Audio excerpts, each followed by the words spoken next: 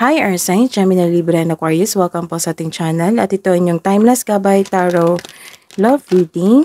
Please be reminded that this is general reading po. So maaari kayo makarelate o hindi. Just take what resonates. Gamitin ang reading na ito bilang gabay lamang.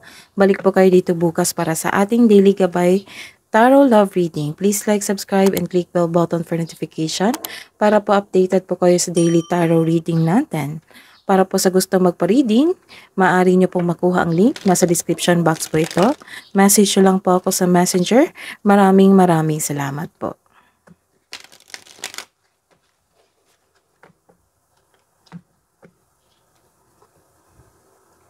Spirits guides, ano po ang message nyo po para sa mga single na Gemini, Libra, and Aquarius?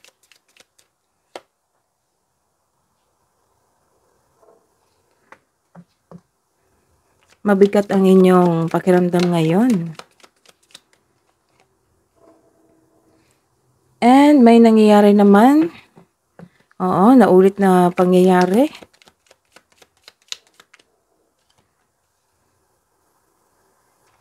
Kasi nagkaroon kayo ng third party relationship. So this is a lesson for you.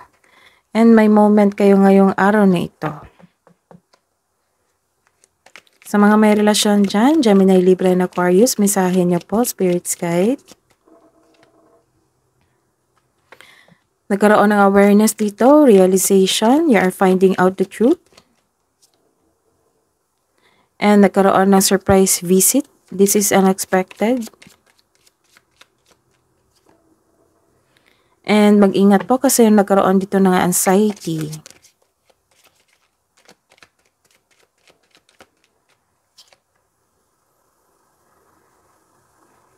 So, may deadline. Ano kayang deadline yan? Pag-uusap? Let's see. Clarification po, Spirits Guide para po sa mga single na Gemini, Libra, and Aquarius. Para sa cards nila ngayon.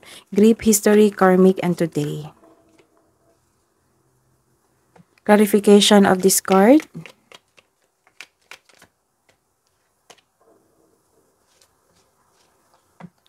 Clarification of this card. Clarification po para sa mga may relasyon na Gemini, Libra, and Aquarius. Para sa cards nila. Clarification po sa realization, pop-up, anxiety, and TikTok. Clarification of this reverse card.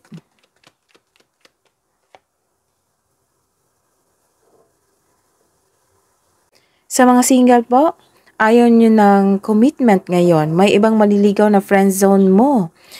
Minsan naiisip mo na sa tagal mo ng pag-aantay kay Mr. Right, you may decide na it's not worth the emotional investment. Kaya ngayon, nagdesisyon kayo na unahin mo muna yung sarili mo. Or may nakikita ko dito nag-aantay kayo sa isang tao or sa isang bagay. So, nagkaroon ng ending dito. Nagkaroon ng ending at papasok na kayo sa muli sa inyong bagong yugto sa inyong buhay. So, kakatapos lang ng inyong relasyon.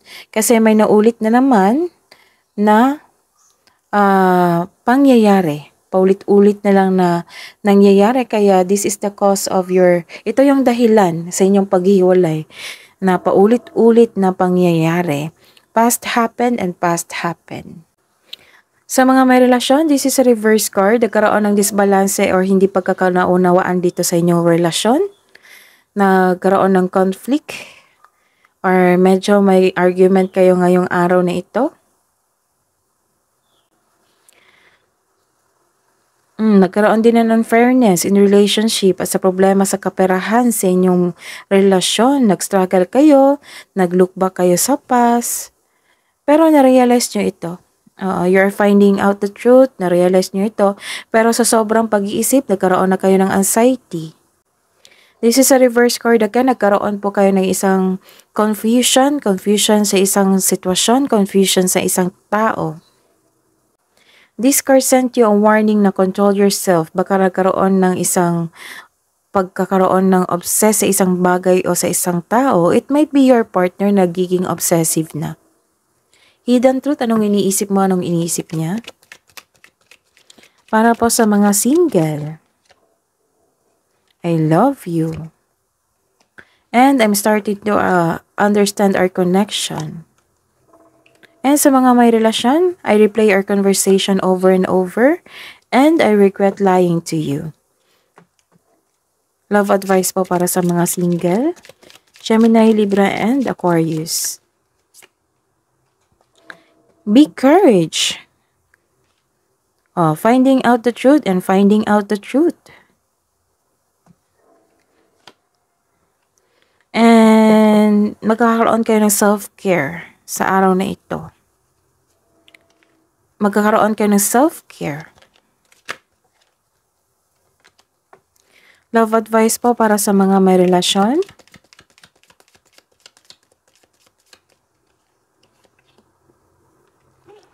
Marriage. A marriage of souls is a union of two divine counterparts blending together. And trust. Trust your partner. You need to have trust in a relationship in order for it to flourish.